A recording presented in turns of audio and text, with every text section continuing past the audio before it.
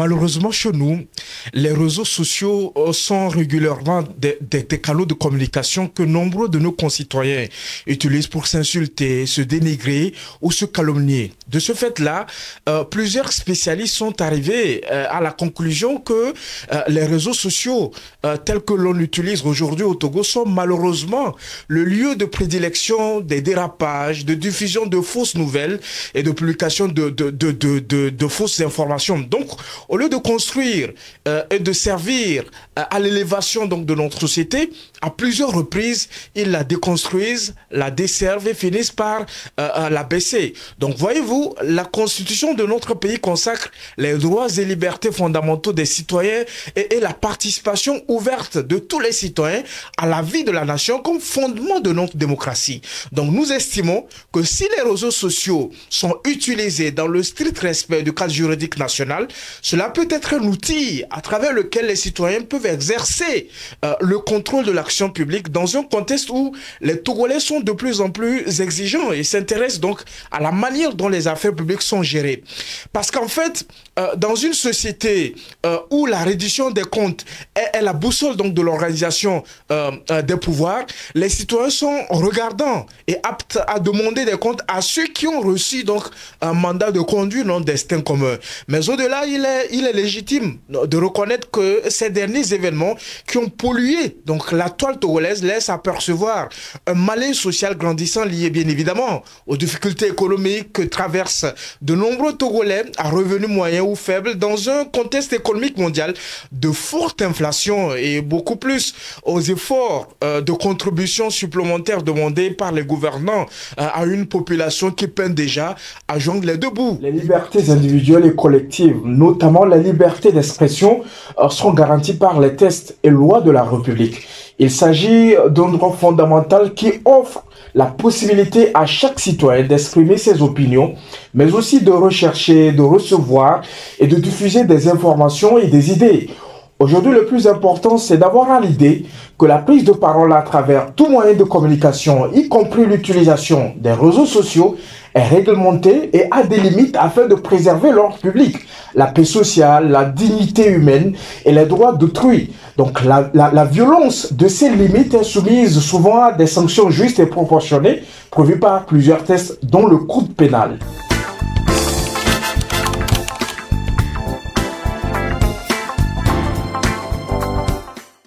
Je voudrais affirmer ici toute ma désapprobation et condamner toutes les violences et dégâts commis dans la nuit du 5 au 6 juin 2025 par nos concitoyens qui ont occupé illégalement les voies publiques à certains endroits de la ville de Lomé, orchestrant des bruits sonores nuisibles à la tranquillité des habitants et érigeant à certains carrefours et axes stratégiques donc de la ville, des barricades bloquant ici la circulation à de nombreux passants, et ceci dans le cadre d'une manifestation non déclarée, non autorisée et surtout illégale, et qui, selon les autorités judiciaires, s'inscrit dans le cadre d'un appel par le biais de nombreux messages audiovisuels diffusés et relayés sur les réseaux sociaux par un groupe de concitoyens depuis les pays étrangers, incitant les Togolais à mener des actions déstabilisatrices contre les institutions de la République togolaise. Je voudrais également dénoncer les violences commises par les agents de sécurité sur nos concitoyens, interpellés à la suite de leur intervention pour établir l'ordre public et protéger les usagers de la voie publique. Les réunions et les manifestations pacifiques publiques sont libres au Togo si les conditions définies dans le cadre de la loi qui organise les conditions d'exercice de cette liberté sont remplies. Chez nous, les réunions ou les manifestations pacifiques sur la voie publique et dans les lieux publics ne peuvent se tenir avant 11 h et au-delà de 18 h. Les réunions et manifestations pacifiques publiques sont soumises au seul régime d'information ou de déclaration préalable. Donc toute réunion ou manifestation pacifique sur la voie publique et dans les lieux publics est soumise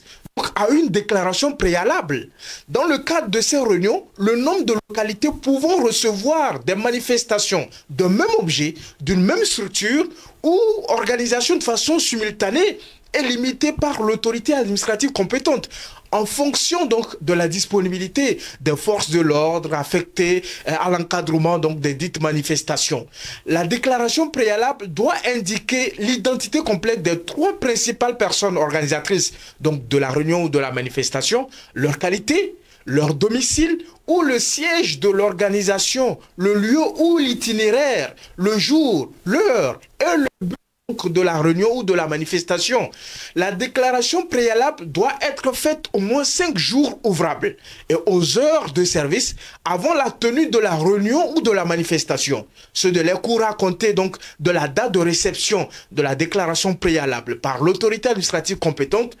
Il peut s'agir donc du ministre chargé de l'administration territoriale, du gouverneur ou du préfet. Donc la déclaration préalable ne dispense donc pas les organisateurs des formalités d'occupation des lieux ou de couverture sécuritaire de la réunion ou de la manifestation. L'autorité administrative compétente qui reçoit la déclaration fait connaître ses observations et ses recommandations motivées notamment en ce qui concerne le lieu, l'itinéraire, la sécurité et les secours d'urgence raisonnables dans un délai de 72 heures avant la date prévue pour la réunion ou la manifestation. Les organisateurs sont tenus donc de respecter les recommandations formulées par l'autorité administrative compétente. Pour vérifier le respect donc des prescriptions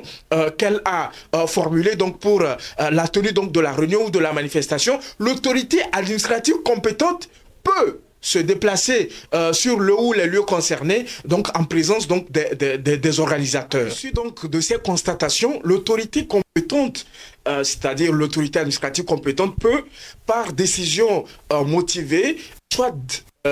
différer donc la manifestation, soit l'interdire s'il y a donc des risques sérieux de troubles donc à l'ordre public. Donc les recommandations et constatations donc de l'autorité administrative compétente sont notifiées donc aux organisateurs par remise en main propre, contre-récépissé par télécopie ou par tout autre moyen écrit avec donc accusé donc de réception au plus tard 72 heures avant la date prévue pour la tenue de la réunion ou de la manifestation. À la lumière donc de ces conditions décrites par la loi, donc cette procédure qui est établie donc par le législateur, il apparaît clairement que les manifestations observées dans la nuit du 5 au 6 juin 2025 n'ont pas respecté la procédure prévue par le législateur et par conséquent sont illégales parce que non déclarées et non autorisées donc par le ministre chargé donc de l'administration territoriale. Aussi, les manifestations projetées par ce groupe de concitoyens vivant dans les pays étrangers, les 26, 27 et 28 juin 2025, à Lomé sont frappées de facto d'illégalité, car ne s'inscrivant pas dans le cadre donc d'une manifestation pacifique publique et ne remplissant pas non plus donc les conditions édictées par la loi relative à l'exercice de la liberté de réunion et de manifestation pacifique publique au Togo.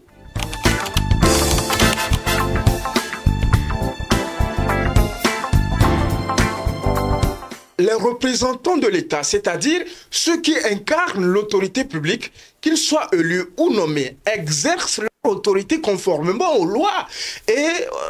aux institutions établies. De ce fait, les citoyens ont le devoir de respecter cette légitimité, même s'ils ne sont pas toujours d'accord avec les décisions prises. Ce respect est une composante essentielle donc, du bon fonctionnement de la société de l'État de droit. Vous voyez, il implique aussi de reconnaître leur légitimité, de suivre leurs directives dans le cadre de la loi et de coopérer avec eux pour le bien commun. Les écarts de langage et de comportement de nos concitoyens à l'égard des représentants donc, de l'État constatés ces derniers temps sur les réseaux sociaux constituent des manquements graves à la réalisation de ce devoir civique consacré par la Constitution et loi de la République, et la violation de cette obligation citoyenne est dans la plupart des cas malheureusement source de plusieurs infractions, dont outrage envers les représentants de l'autorité publique.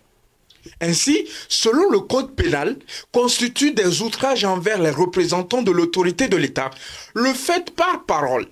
écrits, gestes, images, objets ou messages enregistrés non rendus publics, d'injurier ou outrager dans l'exercice de ses fonctions ou à l'occasion de cet exercice un magistrat, un fonctionnaire public ou tout autre citoyen chargé d'un ministère de service public. Nous devons toujours avoir à l'idée que lorsqu'un citoyen est reconnu coupable d'outrage envers les représentants de l'autorité publique,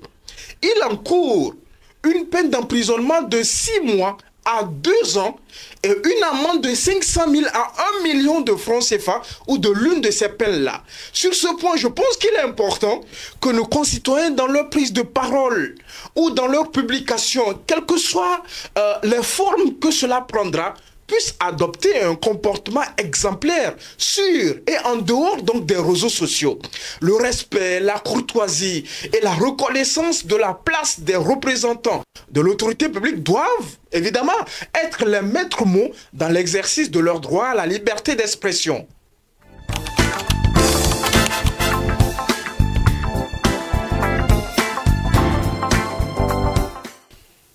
Je voudrais attirer l'attention de nos concitoyens sur le caractère illégal des manifestations publiques des 26, 27 et 28 juin 2025 prévues par un groupe de nos concitoyens vivant à l'étranger et les inviter par conséquent à rester chez eux ou à vaquer librement à leurs occupations habituelles. Dans un tel contexte de manifestations non pacifiques,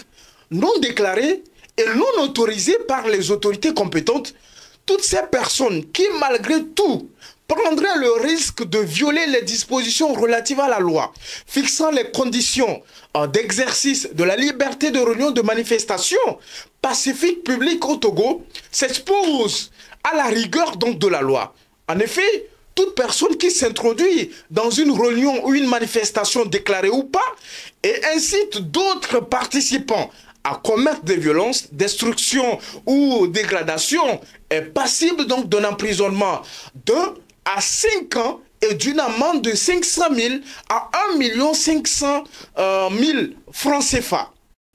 Ainsi, toute personne qui, à l'occasion donc de réunions ou manifestations pacifiques publiques, s'introduit par des menaces, contraintes ou violences dans un édifice public ou privé, dans une maison d'habitation, dans un bâtiment à usage commercial ou dans un lieu de culte sera puni conformément aux dispositions donc du code pénal et du code de procédure pénale. L'économie togolaise est fondamentalement soutenue par le secteur informel et ses artisans et entrepreneurs que nous voyons dans nos quartiers et villages ont besoin de la paix, de la stabilité et de la cohésion sociale pour exercer leur métier et nourrir leurs familles respectives. Ceux qui veulent par la force et la violence régler leur compte personnel avec les autorités publiques ne rendent pas service au peuple togolais. Je pense qu'ils doivent le comprendre une fois pour de bon. Même dans les pays où ils résident, la violence, les troubles à l'ordre public ou toute autre forme de déstabilisation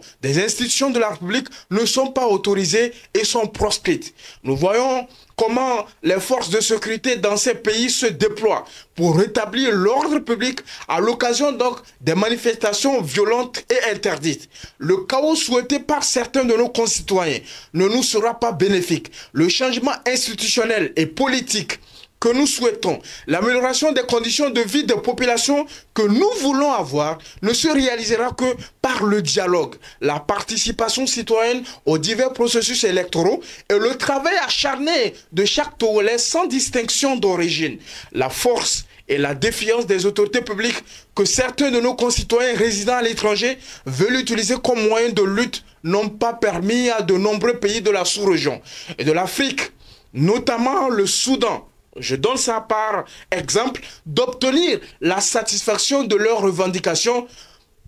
les plus légitimes d'ailleurs. Il est important que nous nous engagions tous et adoptions des attitudes d'un bon citoyen et un bon patriote en œuvrant quotidiennement donc à préserver la paix et la stabilité politique de notre pays, le Togo, afin de penser au développement et à l'amélioration du cadre de vie donc de la population.